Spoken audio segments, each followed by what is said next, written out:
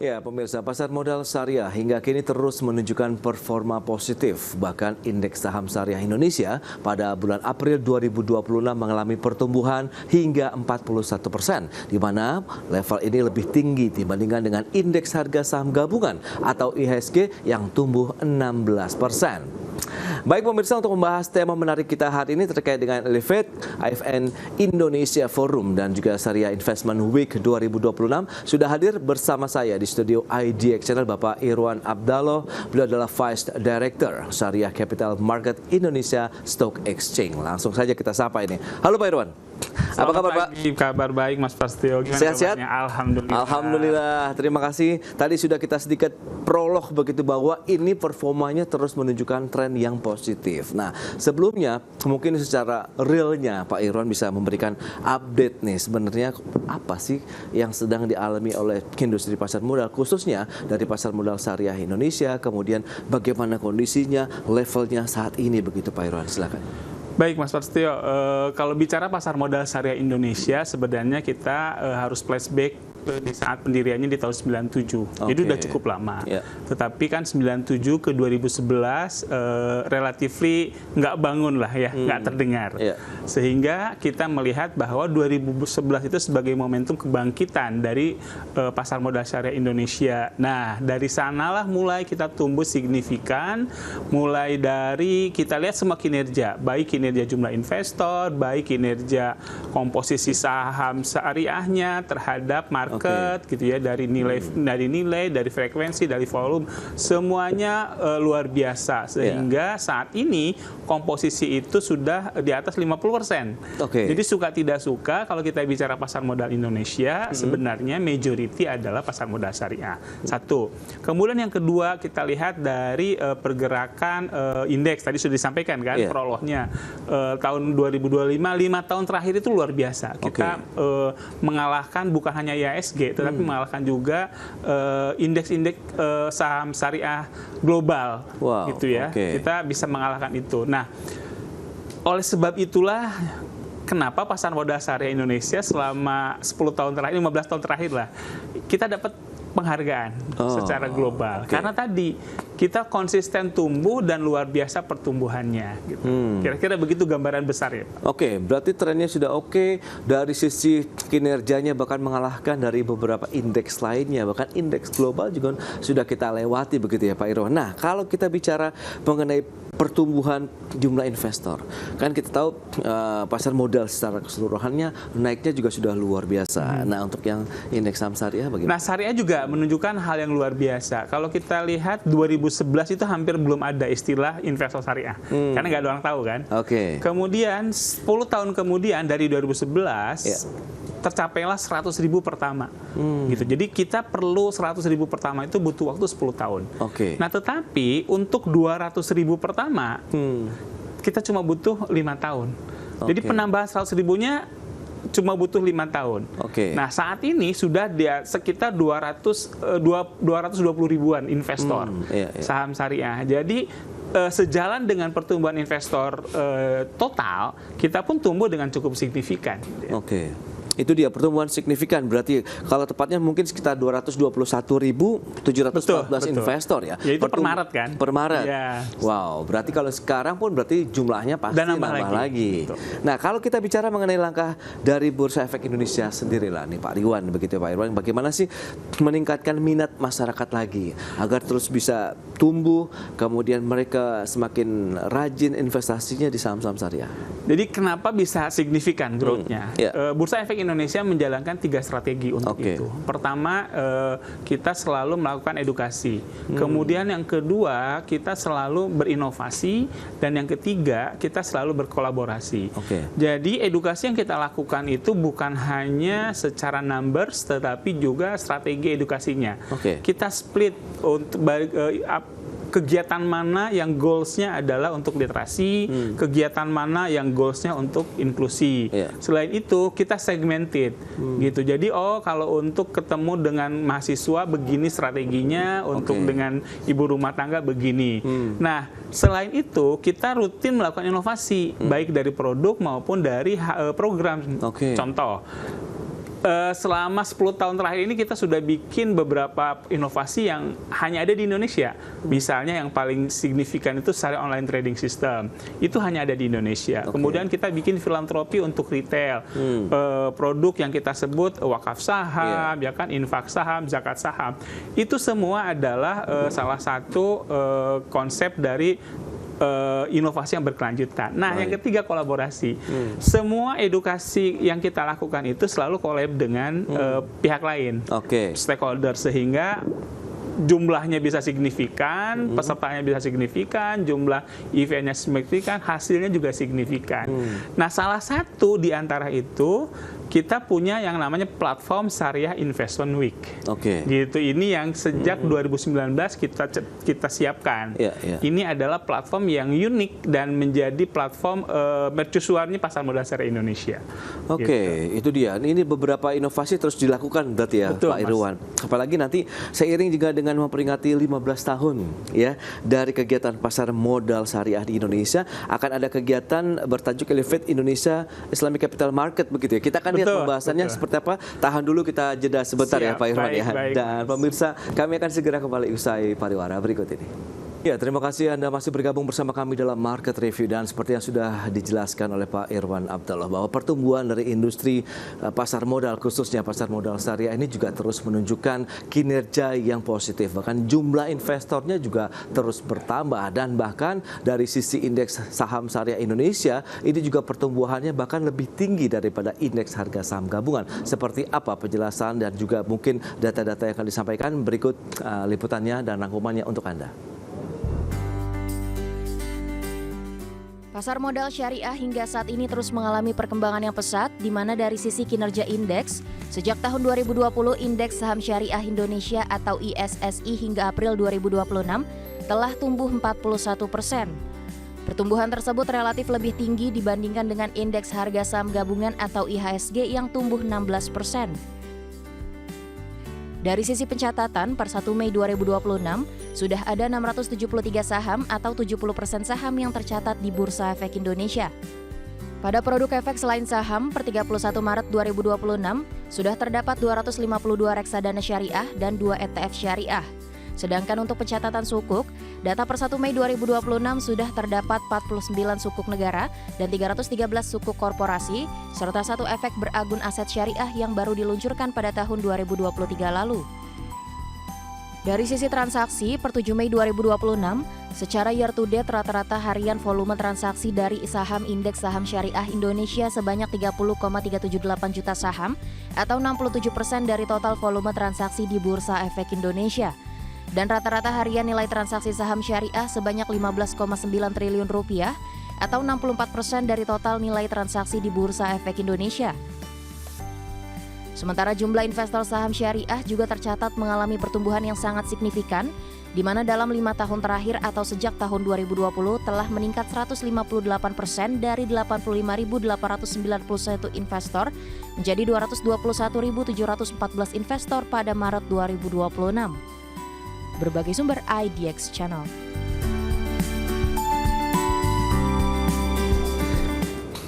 Baik pemirsa, kita akan lanjutkan kembali perbincangan bersama dengan Bapak Irwan Abdallah. Beliau adalah Vice Director Syariah Capital Market Indonesia Stock Exchange. Nah, kalau memang tadi sudah kita bahas pertumbuhannya, perkembangannya yang memang luar biasa sekali untuk indeks-indeks saham syariah dan juga pasar modal syariah. Lantas, ini ada event yang diharapkan bisa menjadi momentum lagi nih, Pak Irwan ya, untuk bisa meningkatkan kinerja pasar modal syariahnya, kemudian menambah lagi jumlah investor. Mungkin bisa dijelaskan terkait dengan Elevate 2026 ini. Nah, jadi gini Mas Prasetyo, bulan Mei itu adalah bulan kebangkitan pasar modal syariah. Karena di bulan Mei 2011 itu kita menerbitkan SOTS, kemudian indeks saham syariah dan fatwa DSN MUI nomor 80. Jadi itulah kita anggap sebagai bulan kebangkitan. Nah, makanya SIW 2026 itu kita laksanakan di bulan Mei. Karena tepat 15 tahun kebangkitan. Gitu. Satu. Terus yang kedua, Bursa Efek Indonesia melihat bahwa 15 tahun untuk membangun fondasi sudah cukup. Saatnya kita go global. Karena momentumnya pas, timingnya pas saat ini di mana ASEAN itu marketnya sudah mulai menunjukkan arah ke ketertarikan terhadap pasar modal syariah. Okay. Di sisi lain, pasar modal syariah Asia di global itu kita terbesar. Gitu ya. Nomor 1 masih Malaysia, nomor 2 kita. Nah, momentum itu kita ambil dan kita kemas ke dalam sebuah event yang kita sebut IFN SIW 2026. Kenapa IFN? Nah, IFN ini sebagai partner untuk kita go global. Makanya temanya Elevate. Gitu, temanya Elevate karena kita jadikan tahun 2026 sebagai sambil memperingati 15 tahun kebangkitan, kita saatnya go global. Seperti yang strategi kita sebut di awal, bahwa Bursa Efek Indonesia itu selalu melakukan kolaborasi, karena itu mempercepat proses kan. Makanya kita kerjasama dengan IFN yang memang sudah dikenal di global market, khususnya di Islamic Finance, mereka sebagai provider platform event-event internasional. Sebutkanlah, hampir semua negara ada, mulai di Eropa, di Timur Tengah maupun di Amerika gitu ya. Mereka punya event. Nah, SIW di-combine dengan IFN, kemudian kita punya 15 tahun, maka temanya Elevate 2026. Kapan? Nah, pertanyaannya gitu ya. Kapan nih? Rencananya minggu depan nih. Minggu depan? Minggu depan, gitu. Kita mulai di Rabu tanggal 20 Mei. Gitu. Biasanya kan cuma 3 hari SIW. Karena kita ada international event, jadi 4 hari. Dari Rabu 20 Mei ke Sabtu 23 Mei. Nah, gitu. Konsepnya nggak berubah. SIW seperti biasa, seminar, kemudian ada expo, kemudian ada entertainment, tetapi karena ada internasional, maka hari pertama kita ada International Forum. Namanya juga International Forum in English. Narsumnya lebih dari 80%-nya adalah dari luar. Wow, gitu. Ini event pertama pasar modal syariah dan internasional.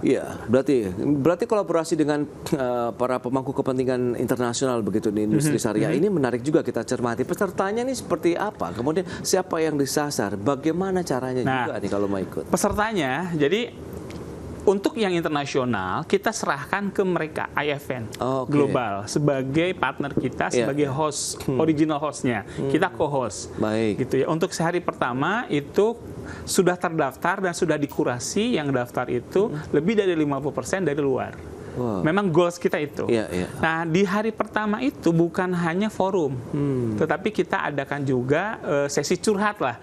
FGD, jadi close the door event, kita sediakan nanti setelah acara forum itu yang terbuka untuk umum, kemudian ada 2 event setelahnya yang close the door, itu sebenarnya kita pertemukan para pelaku pasar di Indonesia, gitu ya, dengan beberapa pelaku pasar dari luar.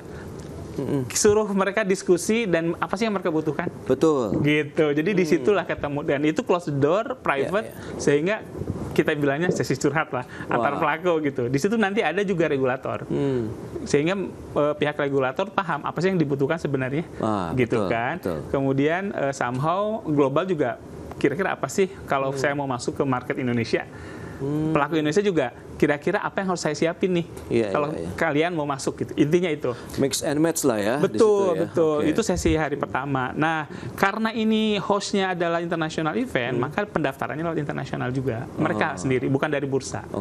Nah, tetapi untuk SIW seperti biasa, kita open for public, kita register, free tapi register.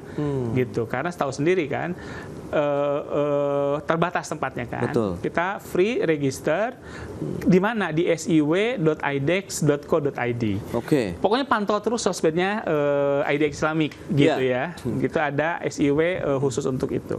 Ya, apa yang bisa dijelaskan selanjutnya begitu ya Pak Irwan, perbedaan misalnya IFN Indonesia Forum dengan Syariah Investment Week-nya. Tapi tahan dulu lagi jawabannya, kita akan jelas sebentar Pak Irwan. Dan pemirsa tetaplah bersama kami.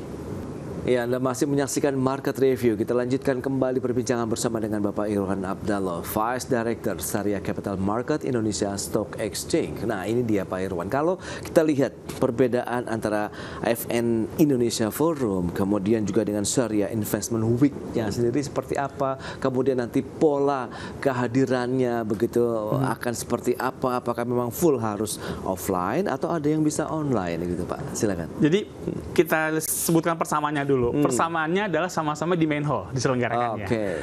Sama-sama hybrid. Kalau nggak bisa datang, bisa lihat lewat channel kita. Gitu. Bisa jadi IDEX channel juga harusnya standby gitu kan. Nah itu satu. Terus yang kedua, peserta bisa ikut dua-duanya. Perbedaannya adalah kalau mau peserta ikut yang international event, yang Indonesian International Forum itu daftarnya terpisah. Mereka akan kurasi sendiri sama pihak IAFN-nya, mana yang boleh masuk, boleh tidak. Karena ini sifatnya adalah forum yang internasional, yang sangat profesional. Gitu. Sementara SIW semua bisa daftar dan register, semua bisa datang. Gitu. Di Indonesia Forum nggak ada musik-musikan nih.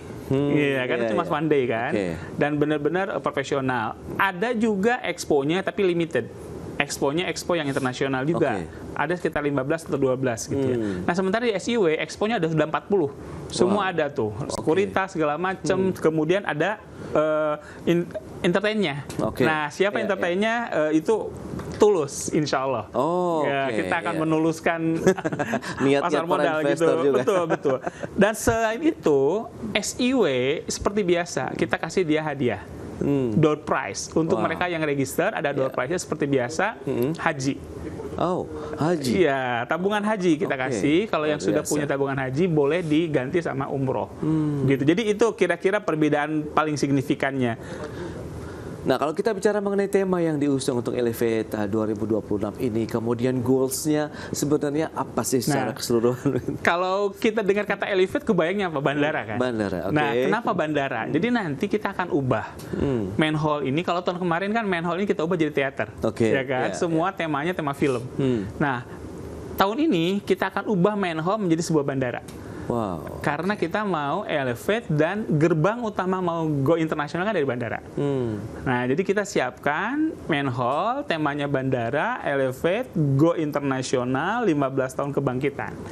Jadi begitu sudah go internasional, harus siap, ready. Semua orang, baik itu lokal, kita harus sudah siap. Jadi itu temanya, bakal menarik lah. Gitu. Berarti momentum 2026 ini saatnya lepas landas lah ya buat pasar modal syariah kita. Kita siap go internasional. Lepas landas. Starting point-nya dari bandara main hall. Nah, sekarang kalau kita lihat dari sisi kesiapan teman-teman dari pasar modal syariahnya sendiri nih, bagaimana? So far sih on schedule, insya Allah kita seperti biasa lah. Kalau Bursa Efek Indonesia mengadakan event SIW ini selalu bikin penasaran kan, makanya harus datang. Kita akan ubah main hall ini menjadi sebuah tempat, sebuah event yang memorable untuk penasaran siapapun gitu. Nah, kalau harapan dari acara Elevate 2026 ini selain tadi peningkatan jumlah investor, mix and match antara mungkin para pemangku kepentingan profesional ya di industri pasar modal syariah sendiri, apa yang dari sisi kitanya begitu di Indonesia? Jadi SIW ini sebenarnya didesain awalnya untuk silaturahmi investor. Jadi kita menghargai investor yang sudah aktif bertransaksi di Bursa Efek Indonesia, di pasar modal syariah Indonesia, kita kumpulkan silaturahmi. Tetapi kan silaturahmi ini biar bermakna, kita kasihlah feeding dengan informasi-informasi terbaru. Tahun ini feedingnya juga dengan internasional atau global market, sehingga mereka terbuka wawasannya. Nah, karena investor kita majority adalah anak muda, entertain menjadi satu paket dong, maka kita selipkan. Jadi intinya cuma itu sebenarnya. Event ini gitu ya. Internasionalnya itu adalah untuk awareness ke mereka, saatnya kita akan bersaing dengan global market. Ready or not ready, kita akan tinggal landas. Kira-kira begitu pesannya. Intinya adalah silaturahmi, kemudian happy-happy, dan ilmu dannya dapat juga ya. Di dalamnya pada saat kita menghadiri SIW maupun EFN Indonesia sendiri begitu. Nah, kalau bicara mengenai cara menghadiri Elevate 2026-nya, nah ini juga bagaimana? Kan ada tidak hanya dari Jakarta aja kan, luar kota, bahkan tadi ada yang dari luar negeri begitu nih Pak Irwan. Jadi ada 2 pendaftaran. Kalau untuk International Forum ini nanti pendaftarannya saya harus baca contekan karena cukup panjang. Masuklah ke redmoneyevent.com /event/IFN Indonesia 2006, atau kalau pengen gampang klik, lihat aja IG-nya IDEX Islamik, nanti ada. Nah, sementara kalau SIW, pendaftarannya ada di siwidx.co.id. Jadi dipisah.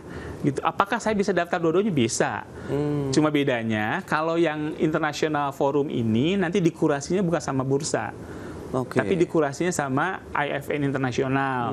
Jadi bisa jadi kalau misalnya ini belum layak nih, belum market mereka, nggak dilolosin. Tapi kalau SIW semua bisa masuk, register pokoknya, input, masuk segala macam. Gitu. Gampang. Pokoknya pantau terus IG-nya IDX Islamic yang official tentunya. Ada persyaratan khusus nggak? Nggak ada persyaratan. Pokoknya yang sudah jadi investor datang, daftar register, nanti mau nambah silahkan, mau dapat door prize karena banyak door prize setiap sesinya, sehingga nambah pundi-pundi modal juga akan. Yang mau buka di sana itu lebih bagus lagi. Saya mau jadi investor syariah, saya belum buka, mau bukanya di SIW. Itu bahkan bakal banyak hadiah yang didapat kalau buka rekening di SIW, karena kita siapkan juga pembukaan rekening itu. Nah intinya siapapun yang mau datang, mau nonton Tulus doang atau mau lihat expo, mau buka rekening, mau dapat ilmu, harus register. Ini penting karena kalau register terdaftar nanti dapat ada potensi dapat door prize. Gitu. Itu register itu yang paling utama gitu. Berarti memang banyak plusnya nih kalau misalnya kita mau ikut acara ini Pak Irwan. Seperti biasa SIW minggu selalu depan, kemudian ini tinggal sedikit lagi kita bisa buka pendaftaran mulai sekarang yang untuk FN, kemudian nanti berikutnya untuk yang SIW begitu bisa segera registrasi. Nah, kalau dengan persyaratan yang mudah, kemudian akan ada kejutan-kejutannya, Pak Irwan, harapannya dong ke depan seperti apa? Saya sih berharap bahwa pasar modal syariah Indonesia itu sekarang bukan hanya jago kandang. Itu dia, gitu penting tuh. Karena momentum sangat tepat. Kenapa momentum tepat? Di saat yang bersamaan negara tetangga kita itu lagi slow down. Karena mereka sudah penuh. Produk mereka fokus di produk yang fixed income. Gitu. Sementara kami fokus di equity base. Gitu, dengan berbagai macam inovasi-inovasinya. Nah, ini kita harus saatnya show off dong. Gitu ya, betul. Bahwa market kita udah layak mereka datengin, market kita sudah layak untuk dikenal oleh itu. Dan sehingga teman-teman pasar modal syariah itu naik kelas nanti investornya. Gitu. Kira-kira itu sih harapan utamanya. Itu dia yang pasti nanti jumlah investornya akan terus bertambah sehingga nanti dari sisi likuiditas pasar modal syariah juga akan semakin solid begitu ya Pak Irwan. Baik Pak Irwan, terima kasih banyak nih atas update yang sudah diberikan kepada pemirsa. Sukses Pak untuk acaranya. Terima kasih. Nanti saya akan datang juga nanti nih. Dengan senang hati. Pemirsa, Kementerian Perdagangan akan merevisi peraturan untuk menata kembali ekosistem e-commerce atau belanja daring di Indonesia. Menteri Perdagangan Budi Santoso tidak ingin ada salah satu pihak yang merasa rugi dari kebijakan yang dijalankan. Harapannya pembahasan ekosistem e-commerce ini bisa selesai pada bulan Mei 2026. Menteri Perdagangan Budi Santoso mengungkapkan rencana revisi peraturan untuk menata kembali ekosistem e-commerce atau belanja daring. Mendak tak ingin ada salah satu pihak yang merasa rugi dari kebijakan yang dijalankan. Budi menyebut saat ini pihaknya tengah mempersiapkan revisi peraturan Menteri Perdagangan soal ekosistem e-commerce. Meski begitu, Mendak enggan mengungkapkan isinya karena masih dalam pembahasan. Budi mengatakan pada prinsipnya perlindungan konsumen menjadi penting. Selain itu, unsur hak dan kewajiban konsumen serta penjual dalam ekosistem e-commerce tadi juga turut menjadi perhatian. Harapannya pembahasan ekosistem e-commerce itu bisa selesai pada Mei 2026 ini. Ekosistem e-commerce itu kan banyak sekali. Jadi kita nggak hanya ngomongin yang besar, yang kecil, tapi semua stakeholder yang terkait dengan e-commerce. Hak dan kewajibannya supaya tidak ada yang dirugikan, harus saling menguntungkan sehingga semua itu berjalan. Antara kan e-commerce juga butuh seller, seller juga butuh e-commerce. Tapi bagaimana mereka itu bisa berjalan bersama dan kewajiban masing-masing harus terpenuhi, harus saling menguntungkan. Kalau ada yang dirugikan nanti pasti ekosistem itu tidak berjalan dengan bagus. Tentu banyak instrumen yang kita lihat kembali kita evaluasi kembali. Sebelumnya, pemerintah berencana mengatur biaya administrasi atau admin fee di situs e-commerce seperti Shopee, Tokopedia, Lazada, dan platform sejenis melalui revisi Peraturan Menteri Perdagangan Nomor 31 Tahun 2023. Rencana ini mendapat perhatian dari Asosiasi E-commerce Indonesia yang meminta agar kebijakan tersebut disusun secara hati-hati agar tidak berdampak luas pada ekosistem perdagangan digital nasional. Tim Liputan IDX Channel. Ya, pemirsa, untuk membahas tema menarik kita berikutnya terkait dengan revisi regulasi e-commerce mendorong penetrasi digital UMKM. Kita sudah tersambung melalui Zoom bersama dengan Ibu Arsy Ardini, Direktur Eksekutif Asosiasi E-commerce Indonesia. Kemudian juga ada Ibu Hermawati Stiorini, Ketua Umum Asosiasi UMKM Indonesia atau Aku Mandiri. Langsung saja kita sapa ini. Halo, Ibu Arsy, apa kabar? Kabar baik, Mas Pras. Baik, terima kasih juga atas waktu yang disempatkan. Bu Herma, apa kabar Ibu? Baik dan selalu happy. Baik, terima kasih dan bahagia selalu Ibu Herma. Dan kita akan langsung saja ke Bu Arsy. Ini pertanyaan terkait dengan bagaimana Anda melihat dukungan regulasi begitu yang selama ini sudah ada dan berlaku begitu untuk industri dan iklim perdagangan dari e-commerce sendiri. Bagaimana Anda melihatnya, Bu Arsy? Ya, terima kasih Mas Pras. Pada prinsipnya IDM melihat pemerintah sudah menunjukkan komitmen yang cukup kuat ya dalam membangun ekosistem perdagangan digital yang lebih sehat dan berkelanjutan. Nah, fondasi utama pentingnya memang adalah Permendak nomor 31 ini tahun 2023 menjadi milestone penting dalam penataan PMSE. Regulasi tersebut memang memberikan kepastian kita nih arah terkait pemisahan fungsi social commerce, e-commerce, begitu juga perlindungan konsumen, tata kelola impor hingga kewajiban platform terhadap pelaku usaha domestik. Nah, dari sisi kami industri, kepastian regulasi ini sangat penting karena sekarang ini e-commerce bukan lagi sektor pelengkap, tapi sudah menjadi bagian dari infrastruktur ekonomi nasional. Tapi karena kita bergerak juga cepat, adaptif, dan kontribusi ekonomi digital di Asia Tenggara memperkirakan nilai ekonomi digital sudah melampaui 90 miliar USD dan e-commerce tetap menjadi kontributor terbesar. Nah, pertumbuhannya besar, kompetitifnya besar, aspek fairness dan sustainability-nya ini harus kita pentingkan. Nah, IDM memandang pendekatan regulasi tidak bisa hanya restriktif, tapi juga harus mendorong inovasi, investasi, dan pemberdayaan UMKM secara bersamaan. Itu dari POV kami. Oke, dia sendiri melihat bagaimana rencana Mendak tadi untuk perdagangan begitu yang akan merevisi aturan ekosistem e-commerce begitu, karena memang ini ya ada keluhan-keluhan juga yang disampaikan oleh pengguna, kemudian konsumen. Anda melihatnya bagaimana? Ya, kami fully aware mengenai itu dan kami sebenarnya menyambut baik rencana revisi tersebut selama dilakukan secara partisipatif dalam berbasis data dan mempertimbangkan keberlanjutan seluruh ekosistem. Kami juga aware dan paham bahwa banyak UMKM menghadapi challenge dari biaya administrasi, kenaikan logistik, kompetisi harganya tuh agresif, dan juga tekanan dari produk impor murah. Pemerintah perlu hadir ya di sini ya untuk memastikan playing field yang sehat. Tapi yang paling penting ini Mas Pras dan teman-teman yang perlu kita pahami adalah platform e-commerce ini juga menanggung investasi besar pada infrastruktur digital, keamanan transaksi, dan juga sistem pembayaran dan logistik.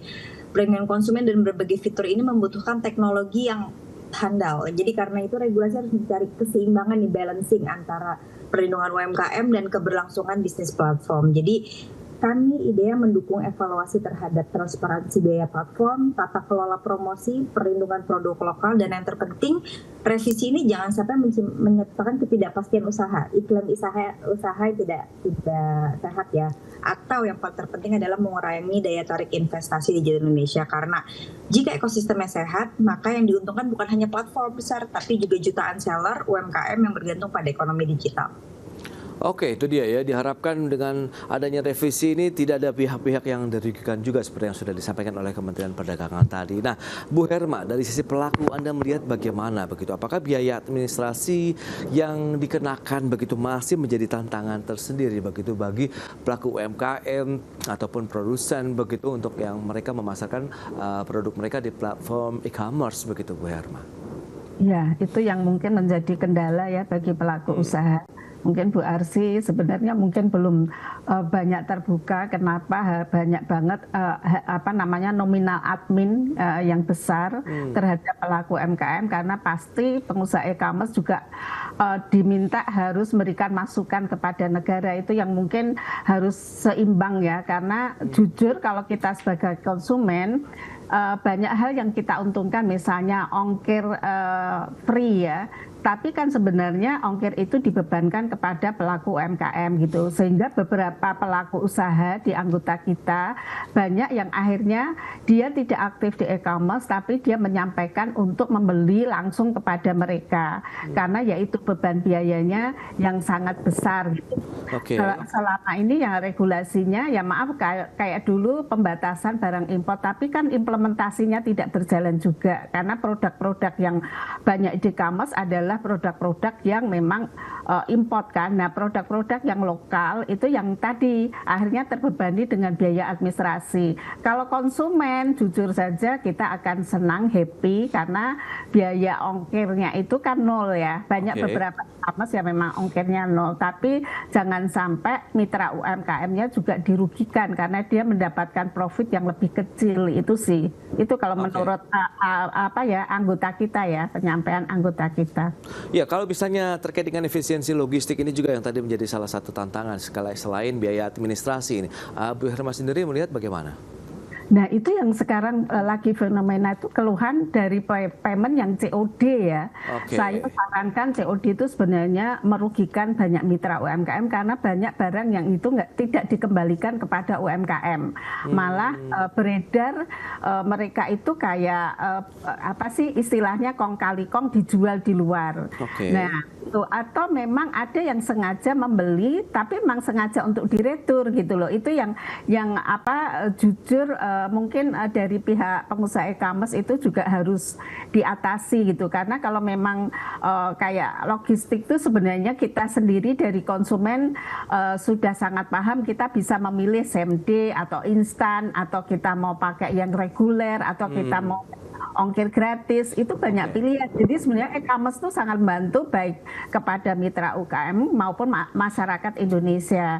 Yang harus bijaksana adalah pemerintah dengan pengusaha e-commerce supaya mereka bisa menekan potongan gitu. Kalau menurut saya itu sih pakai kata yang memang disampaikan teman-teman UMKM ya, itu beratnya itu karena pasti nggak mungkin serta-merta pengusaha menempatkan ongkos yang tinggi, tapi sebenarnya memang biaya itu sudah tercakup untuk yang harus dibayar pajak segala macam yang kita tidak tahu di dalamnya. Baik, jadi sebenarnya teman-teman pelaku UMKM paham ya kaitannya dengan ekosistem e-commerce sendiri begitu. Memang ini harus ada biaya yang dikeluarkan juga mungkin untuk biaya operasional, kemudian harus ada pembayaran mungkin ya itu dari berupa pajak dan lain-lain. Nah, Bu Arsy, lantas bagaimana Anda melihat dengan kondisi ataupun ini bagian dari sebenarnya keluhan juga yang disampaikan yang mungkin sudah terdengar oleh pemerintah baik dari Kementerian Perdagangan maupun Kementerian UMKM yang kita lihat hari ini lagi sama-sama nih meramu kebijakan revisi terkait dengan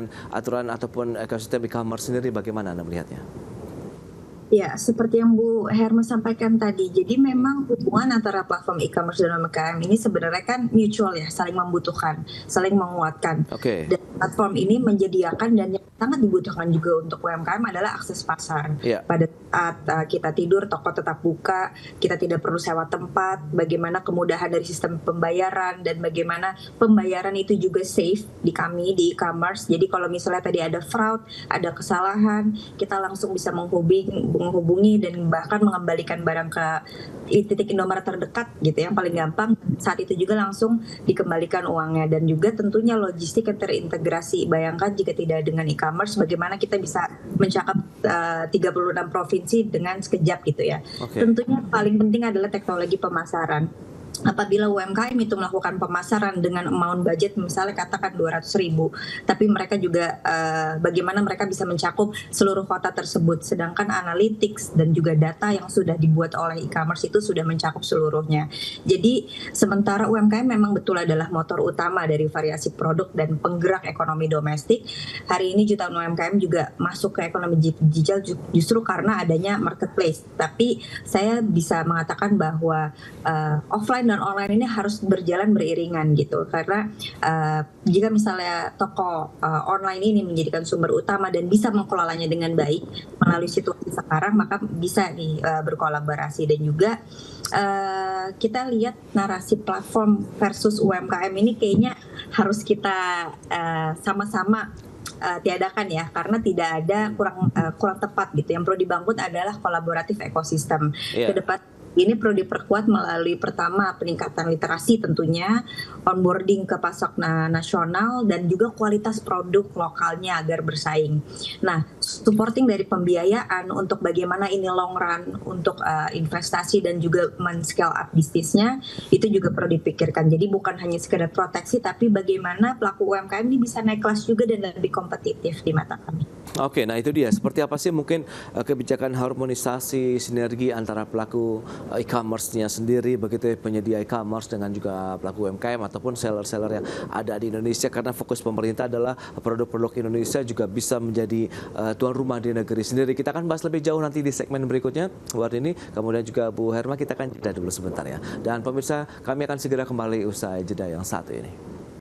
Baik, pemirsa, kita akan lanjutkan kembali perbincangan menarik ini bersama dengan Ibu Arsy Ardini, Direktur Eksekutif Asosiasi E-Commerce Indonesia, dan juga Ibu Hermawati Siorini, Ketua Umum Asosiasi UMKM Indonesia atau Aku Mandiri. Ya, ini menarik. Nah, sekarang mungkin di forum inilah kita bisa mencari jalan tengah kalau kita bicara mengenai harmonisasi, sinergi begitu antara pelaku UMKM dengan platform e-commerce ini seperti apa sih, Bu Arsy, begitu idealnya, sehingga tadi ada beberapa keluhan yang disampaikan dengan Ibu Herma tadi, ada biaya administrasi, kemudian kendala di lapangan, barang retail yang tidak kembali lagi begitu ke pelaku UMKM atau sellernya sendiri. Nah, ini bagaimana, Bu Arsy? Ya, tadi poin saya adalah bagaimana ini tuh UMKM ini bisa naik kelas dan lebih kompetitif pertama. Kedua, bagaimana kita bersama-sama itu menjaga hal-hal yang bisa impact kepada consumer protection gitu. Tadi kan memang banyaknya misalnya ada fraud yang terjadi. Nah, kita perlu nih antara pelaku usaha e-commerce dengan UMKM dan juga konsumen ini, kita perlu bareng-bareng untuk mengedukasi gitu. Bagaimana sih konsumen ini bukan hanya terus dilindungi tapi diberdayakan, karena chance itu terjadi pada saat kita kurang literasi kan ya Mas. Jadi pada saat kita tahu COD itu sekarang dulu memang tradisional, yang dulu tuh COD itu barang datang kita bayar. Kalau sekarang itu COD adalah sistem pembayaran. Jadi betul-betul paymentnya by COD, mereka datang, mereka bisa ngecek dulu, kalau misalnya tidak pas itu bisa langsung ada tombol pelaporan. Nah, bagaimana pengaturan ini memang secara mitigasi resikonya sudah diatur oleh platform dan dipastikan tidak dibebankan ke konsumen. Karena contohnya ya Mas, misalnya ada barang yang tidak sesuai, ongkos returnya itu pun dibagi antara platform dan UMKM, karena di situ kan ada kesalahan juga dari sisi pelaku usaha ini untuk mengirimkan barangnya, contohnya seperti itu. Jadi edukasi yang penting, tapi bagaimana nih pelaku usaha tetap menggunakan e-commerce semaksimal mungkin dan meningkatkan kualitas produknya agar dapat bersaing, seperti itu. Oke, nah Bu Herma, dari sisi pelaku Anda melihatnya bagaimana nih? Bahwa memang kita harus duduk bareng nih, bagaimana antara keluhan-keluhan tadi bisa dijembatani begitu, dan ini nampaknya yang tengah dilakukan oleh pemerintah, baik dari sisi Kementerian Perdagangan maupun Kementerian UMKM. Nah, bentuk-bentuk dari revisi ini apa sih yang diharapkan dari sisi seller lah, pelaku usaha UMKM sendiri, Bu Herma? Sebenarnya kita butuh duduk bersama ya. Jadi pemerintah itu tidak hanya bikin kebijakan, hanya mengundang perwakilan gitu. Nah, dengan cara apa? Pengusaha e-commerce-nya itu bisa misalnya di-blast atau melakukan meeting Zoom dulu. Jadi ada keterbukaan kepada para mitra UMKM yang ada di platform itu untuk menyampaikan yang kenapa ini dipotong sekian dan sebagainya. Terus jika ada revisi, apa yang mereka inginkan untuk revisi.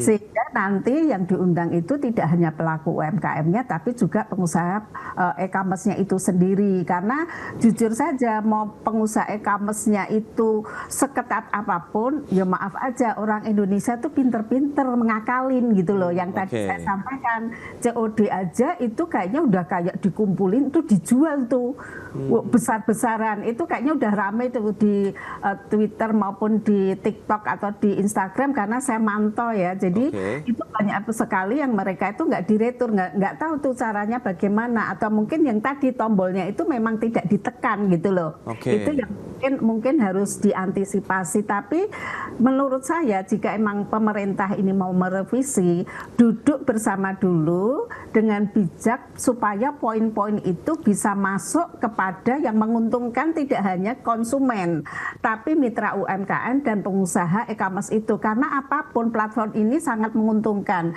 Platform ini tuh kan muncul setelah COVID itu ya, saat COVID itu kan sangat kita masif banget membeli secara online gitu loh. Nah itu yang harus diapresiasi oleh pemerintah, mungkin ada reward buat mereka untuk pemotongan sehingga mereka bisa menekan ongkos administrasi yang tidak membebani mitra UMKM-nya. Kalau menurut saya itu tinggal nanti dari pengusaha e-commerce ini lagi tuh apa-apa yang kayaknya terjadi di lapangan dan itu merugikan pelaku UMKM. Memang banyak pelaku UMKM juga yang memang mereka produknya tidak sesuai yang dikirimkan, tapi lebih banyak UMKM yang benar-benar mencari nafkah melalui platform e-commerce itu. Itu sih kalau menurut saya.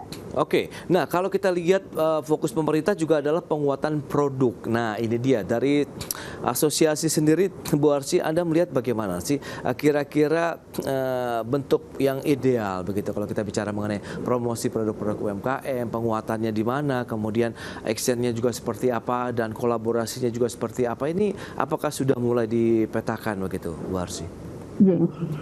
Ya betul, kita tahu tadi ya pada saat COVID 2020 itu kita dikumpulkan seluruh platform e-commerce. Betul tadi kita memberikan insentif berupa pelatihan gratis, bahkan ada channel ataupun button khusus untuk produk lokal. Nah itu upaya kita untuk mendorongkan ekonomi digital pada saat lagi down. Bisa dibilang UMKM dan e-commerce itu menjadi tulang punggung ekonomi negara nih pada saat COVID itu ya. Nah di situ sebenarnya misi yang pengen kita teruskan lagi gitu. Jangan sekarang kita harus berpihak ke satu dan dua, mendengarkan satu dua sisi. Tadi kita harus duduk bareng, sifatnya partisipatif, gimana kita melanjutkan nih semangat yang dulu lagi. Nah beberapa langkah yang udah berjalan efektif, misalnya seperti etalase dan promo khusus produk lokal, kampanye nasional produk lokal, dulu namanya Bangga Buatan Indonesia. Jadi 36 provinsi itu diberikan insentif, diberikan etalase khusus di platform dan lainnya. Nah itu bisa dikuatkan lagi, dan paling lagi tren sekarang kan penguatan feature live commerce untuk UMKM. Nah itu juga perlu ditingkatkan, serta dukungan iklan bersubsidi. Pada akhirnya konsumen akan memilih produk yang kompetitif dari sisi kualitas, harga, dan experience tentunya ya. Jadi dukungan terhadap produk lokal harus berbasis competitiveness dan juga bukan semata protect gitu, seperti itu. Baik, dengan revisi yang akan dilakukan oleh dua kementerian, nah, harapan dari IDEA seperti apa, Mbak Arsy? Iya, sebenarnya harapan ini banyak sekali ya dari kami ya. Tentunya kita melihat dari sisi industri ini, kita juga pertama iklim usaha yang sehat yang harus kita jaga. Karena di sini platform itu juga perlu terus mengembangkan fiturnya, terus melayani kebutuhan demand konsumen, dan tentu investasinya tidak sedikit di situ. Nah, di situ harapan kami juga bagaimana revisi ini juga bisa mendukung dari sisi tersebut gitu. Kami memahami bagaimana keberpihakan kami juga kepada produk lokal itu juga tetap menjadi poin utama kami. Jadi harmonisasi sinergi antara platform e-commerce dengan UMKM ini harus terus berjalan seperti itu. Yes, itu dia yang harus kita kuatkan kembali begitu. Bu Herma, bagaimana Anda harapannya terakhir? Ya, saya berharap sih revisi ini bisa ada di dua sisi ya, baik tiga sisi malahan, jadi baik mitra UMKM, pengusaha e-commerce, dan konsumen itu sendiri. Pemerintah jangan asal buat kebijakan tapi mereka tidak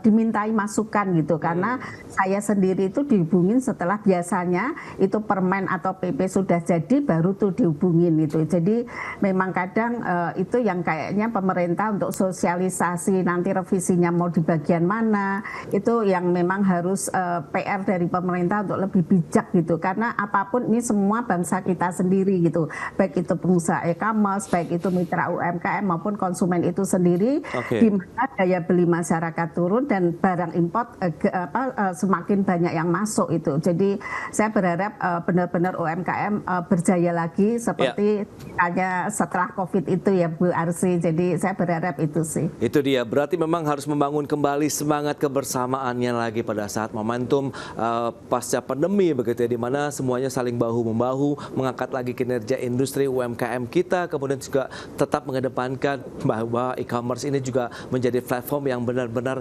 memberikan solusi yang menguntungkan juga ya bagi masyarakat Indonesia, khususnya para produsen UMKM di Indonesia. Baik, Bu Arsy, kemudian Bu Herma, terima kasih banyak atas informasi, update dan juga insight yang sudah diberikan kepada pemirsa pada hari ini. Selamat melanjutkan aktivitas Anda kembali, salam sehat. Sampai berjumpa kembali Bu Herma, Ibu Arsy. Terima kasih. Terima kasih, Mas Pras juga sehat.